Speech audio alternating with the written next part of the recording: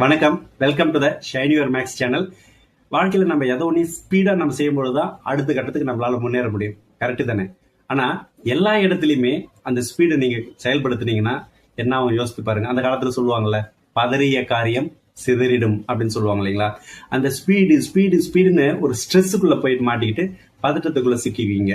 அதனால ஒரு புது விஷயத்த நம்ம கற்றுக்கணும் அப்படின்னு ஆசைப்படுறோம் அப்படின்னா நம்ம அதுக்கான டைம் கொடுத்தாகணும். ஒரு உலர் தானியங்கள் இருக்குல்ல, பருப்பு வகைகள் எதுவாக இருந்தாலும் அதை அவ்வளோ ஹார்டாக இருக்கும். நீங்கள் தண்ணியில் ஊற வச்சு விடிஞ்சு பார்க்கும்போது சாஃப்டாக மாறிடும்.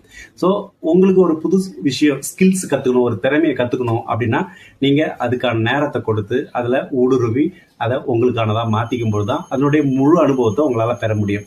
அது பண்ண முடியாமல் நம்ம எல்லாத்துலேயுமே ஸ்பீடாக போனோம்னா எதுக்கு போகிறோம் எங்கே போகிறோன்னே தெரியாமல் ஒரு கட்டத்தில் நிறைய விஷயங்களை செஞ்ச மாதிரியும் ஆனால் எதுவுமே நமக்கு பலன் கொடுக்காத மாதிரியும் தோணும். ஸோ நீங்கள் ஒரு விஷயத்தை செஞ்சாலும் எந்த இடத்துல தேவையோ அந்த இடத்துல கொஞ்சம் ஸ்லோ அண்ட் ஸ்டடியாக போகும்போது அதுக்கப்புறம் நீங்கள் ஃபுல்லாக அனுபவப்படும் போது நீங்கள் எவ்வளோ ஒன்றாலும் ஸ்பீட் போய்க்கலாம். ஸோ தேவையான இடத்துல விவேகம் ரொம்ப முக்கியம், தேவையில்லாத இடத்துல வேகம் அவசியமற்றது.